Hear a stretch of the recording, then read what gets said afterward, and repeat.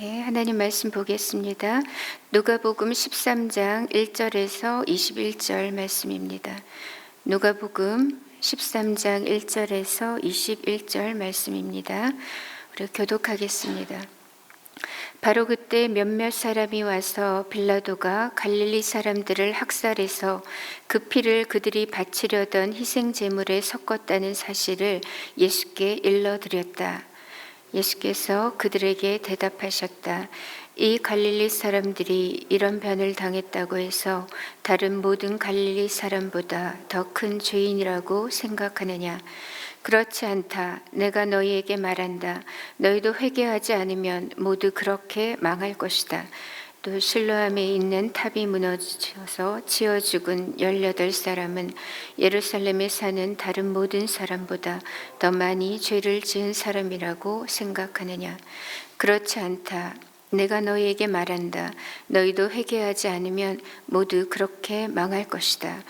예수께서 이런 비유를 말씀하셨다. 어떤 사람이 자기 포도원에다가 무화과 나무를 한 그루 심었는데 그 나무에서 열매를 얻을까 하고 왔으나 찾지 못하였다. 그래서 그는 포도원 지기에게 말하였다. 보아라, 내가 새해나 이 무화과 나무에서 열매를 얻을까 하고 왔으나 열매를 본 적이 없다.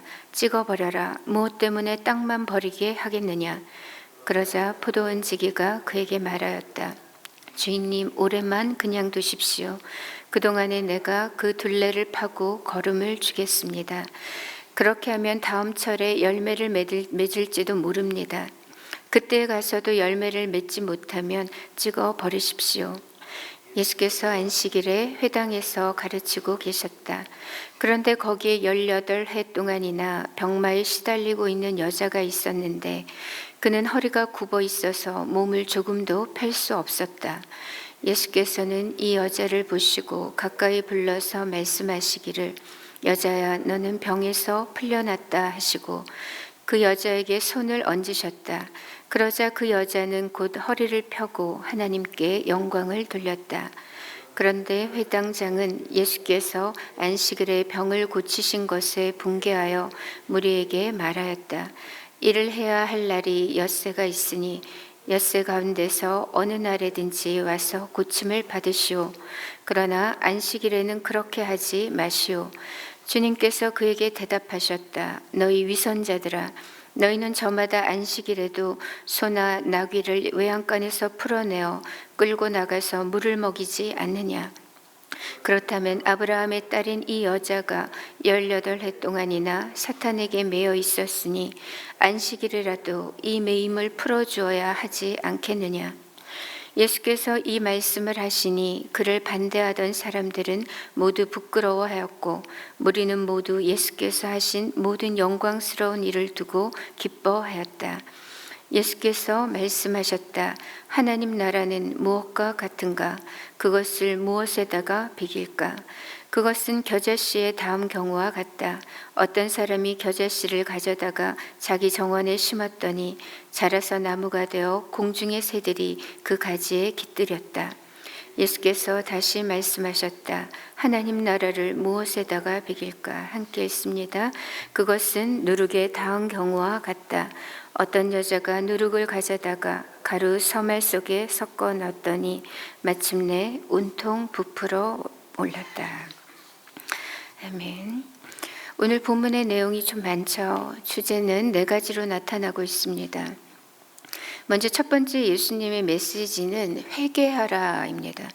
어떤 사람들이 예수님께 나와서 최근에 있었던 충격적인 사건에 대해 이야기를 합니다. 그 사건은 빌라도가 성전에 제사를 드리러 온 어떤 갈릴리 사람들을 학살했고 또 그 피를 그들의 희생제물에 섞어 넣었다는 참담한 내용이었습니다. 이때 이 이야기를 한 사람들의 뉘앙스를 살펴보면 이들의 관심은 이 빌라도의 잔혹함이나 또 그의 불의를 지적하는 데 있지 않습니다. 그들의 주된 의문은 왜 갈릴리 사람들이 그토록 험한 죽음을 당했는가, 이것이었습니다. 아마도 그들은 다른 갈릴리 사람보다 이 사람들이 더 큰 죄인이어서일 거야, 이런 마음의 생각을 하고 있었던 것 같습니다.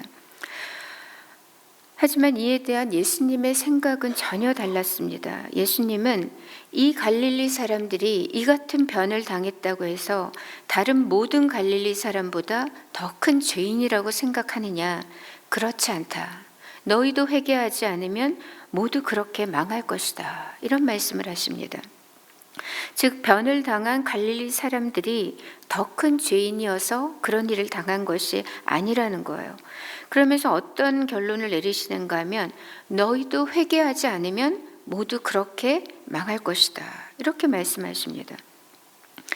그뿐 아니라 예수님은 당시 실로암 망대가 무너지면서 18명의 그 희생자가 사망자가 발생한 사건을 언급하시면서 동일한 질문 또 동일한 결론을 내리시죠. 즉 탑이 무너져서 압사당한 그 사람들이 예루살렘에 사는 다른 사람들보다 죄를 더 많이 지어서라고 생각하느냐? 그렇지 않다는 겁니다. 너희도 회개하지 않으면 모두 그렇게 망할 것이다. 이렇게 말씀하십니다. 우리는 오늘 예수님의 이 말씀 속에서 수많은 사건 사고들을 우리가 어떤 시각으로 바라보아야 하는가, 이것에 대한 해답을 얻게 됩니다. 우리는 여전히 그 성수대교나 삼풍백화점의 그 붕괴 사건, 또 세월의 사건 등을 기억하고 있습니다. 또 이태원 사건이나 제주항공 사건, 또 묻지마 살인 사건, 또 우크라이나 전쟁 등 수없이 많은 사건 사고와 재난의 소식들을 계속해서 듣고 있습니다.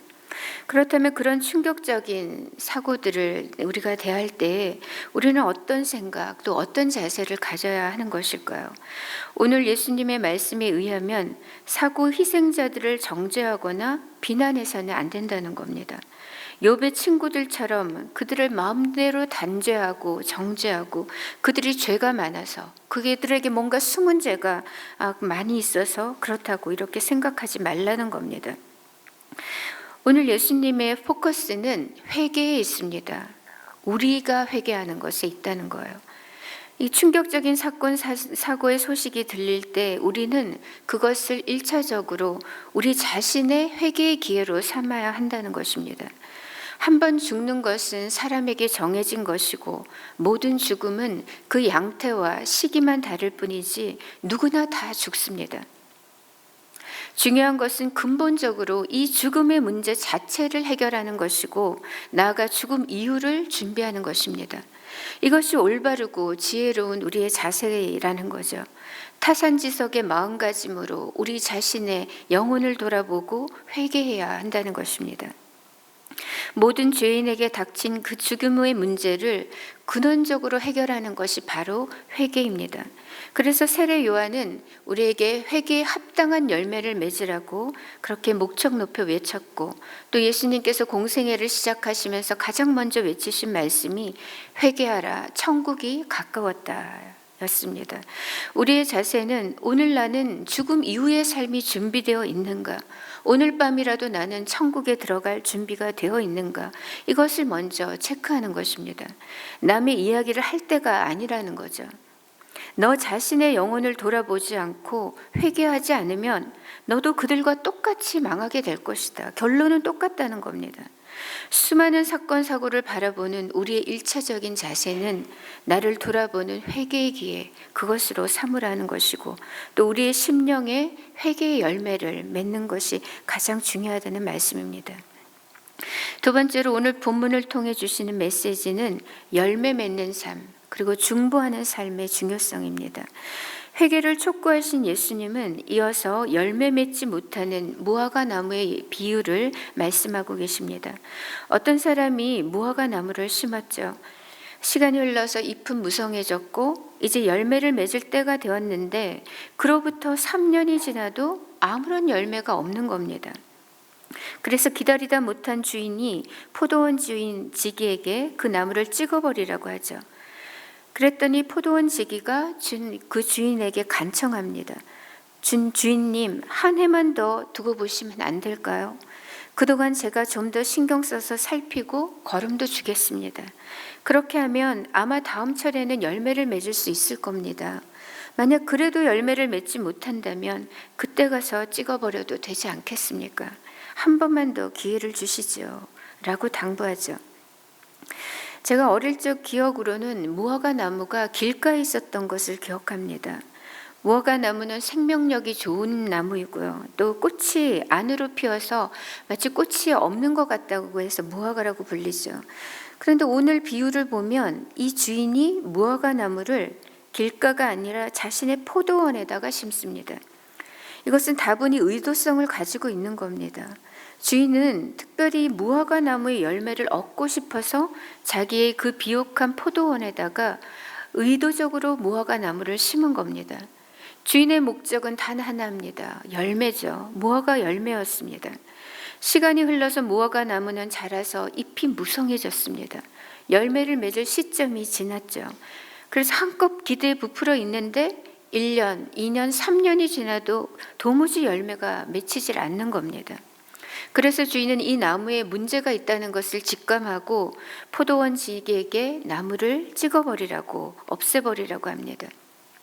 그런데도 포도원 지기는 자기가 더 노력해 보겠다고 한 번만 더 기회를 달라고 중보하고 있는 거죠. 이 비유에서 포도원 주인은 하나님 아버지시고 포도원 지기는 예수님이십니다. 그리고 무화과는 이스라엘 백성들이죠. 우리는 이 말씀을 통해서 하나님의 본심을 읽게 됩니다. 하나님께서 우리에게 바라시는 것은 무성한 잎도 아니고 꽃도 아니고 바로 열매라는 사실입니다. 회개의 열매를 맺고 성령의 열매를 맺는 것입니다. 의의 열매를 맺고 또 생명의 열매를 맺는 것, 그것이 바로 우리를 향한 하나님의 소원이라는 것입니다. 바리새인들은 겉으로는 너무나 화려하고 또 이제 그럴싸했습니다. 잎으로 치자면 정말 최고로 무성한 나무였던 거죠. 그러나 정작 그들의 삶 속에 하나님께서 바라시던 그 열매가 없었습니다. 하나님은 오늘 우리에게도 물으십니다. 오늘 너희 심령에 회개의 열매가 있느냐고, 너희 인격과 삶 가운데 또 각종 성령의 열매가 있느냐고, 이것을 물으십니다. 너희는 누군가를 주님께 인도한 생명의 열매를 맺고 있느냐고, 이것을 물으시는 거죠. 예수님은 지금도 우리를 위해 중보하고 또 인내하고 계십니다. 그리고 두 번째 기회를 주고 계십니다. 나를 위해 기도하시면서 우리가 성령 안에서 많은 열매를 맺을 수 있도록 돕고 계시죠. 아울러 하나님은 오늘 우리도 누군가의 중보자가 되라고 하십니다. 그들로 회개의 열매를 맺고 주님께 돌아올 수 있도록 우리가 축복의 통로가 되고 그 중보의 위치에 서는 자가 되어야 된다는 것입니다.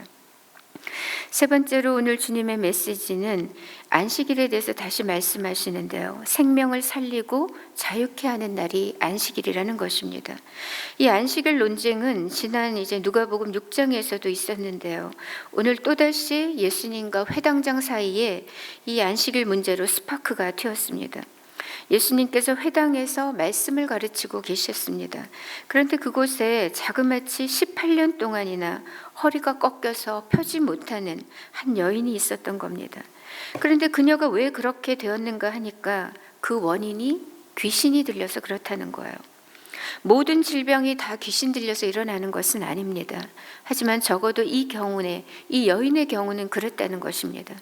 예수님은 병마 때문에 조금 더 허리를 펴지 못하는 그 여인을 보셨고 불쌍히 여기셨습니다. 그녀의 오랜 고통을 읽으신 겁니다. 여인을 부르시고는 여자야, 너는 병에서 풀려났다, 이렇게 말씀을 하십니다. 그리고는 그 여자에게 손을 얹으셨는데 그 즉시로 그 여인이 그 굽었던 허리가 정상적으로 펴진 것입니다. 그리고 그녀는 하나님께 영광을 돌립니다. 하지만 이 놀랍고도 이 행복한 순간에 얼음장처럼 차갑고 냉소적인 시선으로 바라보는 이가 있었는데 바로 회당장과 주변의 바리새인들이었습니다. 회당장은 예수님께서 안식일에 병자를 고치신 것에 대해서 분개하고 있습니다. 왜냐하면 왜 안식일에 병을 고치느냐 이겁니다. 다른 날에 얼마든지 하면 되지 굳이 안식일에 병을 고쳐서 이 안식일 규정을 어기는 것이냐, 이렇게 비난하는 겁니다. 그런데 예수님께서 여기서 전혀 물러서지 않으십니다. 더 강하게 반박하시죠. 적어도 안식일 문제에 있어서만은 예수님께서 한 번도 이제 물러서신 적이 없습니다. 15절에 예수님은 회당장과 여러 바리새인들을 향해서 너희 위선자들아 이렇게 말씀하십니다. 왜냐하면 너희 각자는 저마다 묶여있는 너희 소나 나귀를 위해서라면 안식일에도 외양간에서 풀어내어서 끌고 나가서 물을 먹이지 않느냐 이렇게 말씀하시죠. 오늘 저 나음을 입은 저 여인이 만약에 너희 어머니였으면 어떻겠느냐? 만약 너희 아내거나 너희 딸이면 네가 그따위로 반응하겠느냐? 이런 의미가 포함된 거죠. 묶여있는 소도 나귀도 안식일에 풀어내어서 푸른 물을 먹이는데 하물며 18년 동안이나 사탄에게 매여 있었던 이 아브라함의 딸인 이 여인을 자유케 한 것이 도대체 뭐가 문제냐? 이렇게 말씀하시는 겁니다. 앞서 예수님은 누가복음 6장에서도 안식일의 주인은 예수님이시고 이 안식일은 사람을 위한 날이며 사람을 살리고 선을 행하는 날이 되어야 한다고 하셨습니다.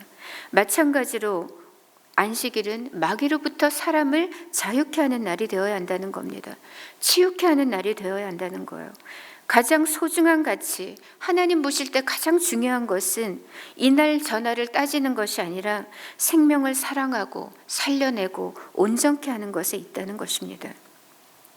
마지막으로 오늘 본문 18절 이하에서 예수님은 겨자씨와 누룩의 비유를 들어서 하나님 나라의 확장에 대해 말씀하십니다. 겨자씨는 어느 정도의 크기인가 하면 지름이 고작 1mm 정도밖에 안 됩니다. 그리고 이 겨자는 사실 나무가 아닙니다. 십자화과에 속하는 한두의 살이 풀이에요. 그럼에도 나무라고 불리는 이유는 이 겨자씨가 다 자라면 2m, 3m까지 자라고 어떤 일부 지역에서는 4m, 5m까지도 자란다는 겁니다. 그러니까 새들이 깃들일 수가 있는 겁니다. 그렇게 크고 무성해지는 거예요. 겨자씨는 생명의 놀라운 외적 성장을 보여주고 있습니다. 또한 누룩은 적은 양으로도 반죽 전체를 온통 부풀게 합니다. 이처럼 예수님께로부터 출발한 복음은 온 인류 전체에 강력한 영향력을 끼쳐왔고 지금도 그러합니다. 예수님이 전파하신 하나님의 나라는 조용하지만 점진적으로 그러나 놀랍게 확장되고 있습니다. 복음은 온 세상을 변화시키는 하나님의 능력입니다. 예수님은 하나님 나라를 우리 안에 심으시려고 이 땅에 오신 것입니다. 지금도 하나님의 나라는 그 예수 이름의 능력으로 확장되어 갑니다. 겨자씨와 누룩처럼 자라나고 있는 것이죠. 예수님께서 우리 안에 오실 때 우리는 놀라운 외적인 변화와 내적 변화를 경험합니다. 예수님을 만나는 자마다 근본적인 변화, 그리고 영적인 성장, 성숙 이런 것들을 경험하는 것입니다. 우리 하나님의 뜻은 지금 이곳에 또 우리 안에 계속해서 하나님 나라를 심고 확장하는 데 있습니다. 그리하여 회개의 열매를 맺고 성령의 열매를 맺고 또 생명의 열매를 맺는 아름드리 푸른 나무로 자라가기를 원하시는 겁니다. 동시에 영혼을 품고 기도하면서 이 세상의 무너진 곳을 품고 기도하는 중보자로 사는 것입니다. 우리의 영원한 중보자이신 예수님으로 인해 우리가 오늘 진멸당하지 아니하고 영원하고 풍성한 생명을 누리고 있습니다. 그처럼 오늘 우리도 누군가의 중보자로 또 복음의 통로로 또 축복의 통로로 살아가야 할 것입니다. 하나님께서 가장 기뻐하시는 것은 죄인이 주님께로 돌아오는 것입니다. 마귀의 권세에서 자유케 하는 것입니다. 오늘도 사람을 살리고 회복시키며 소성케 함으로써 하나님 나라의 그 확장을 위해 살아가는 저와 여러분 되시기를 축복합니다. 우리가 말씀을 기억하면서 기도하겠습니다. 겸손히 나를 돌아보면서 날마다 회개의 열매를 맺으며 살게 하소서. 또 우리 안에 생명의 열매와 성령의 열매가 가득하게 도와주소서. 예수 이름으로 매인 자를 자유케 하고 문 영혼을 주님께로 인도하는 중보자로 증인으로 살아가는 우리가 되게 하시고 오늘도 하나님 나라의 확장을 꿈꾸며 주님의 뜻을 먼저 구하는 우리의 삶이 되기를 우리가 기도하겠습니다. 아울러 오늘은 가정을 위해서 기도하겠습니다. 우리 가정 역시 하나님이 원하시는 그 열매가 가득한 가정이 되게 하여 주옵소서. 회개의 열매와 생명의 열매와 의의 열매와 성령의 열매가 가득 맺는 우리 가정 되고 또 문 영혼을 주님께로 인도하는 축복의 통로가 되고 복음의 통로가 되고 그리스도의 향기와 편지가 되는 우리의 가정이 되게 하시기를 우리가 또한 기도하고 나만을 위한 기도를 넘어서 이 땅을 위해서 또 이 아침에 중보하고 이 나라를 위해서 중보하고 또 주님의 나라와 의를 구하는 우리가 이 기도의 시간이 되면 좋겠습니다. 우리가 말씀을 위해 기억하며 기도하고 가정을 위해 또 나라를 위해 기도하고 또 자유롭게 기도하시고 돌아가시겠습니다. 함께 기도하겠습니다.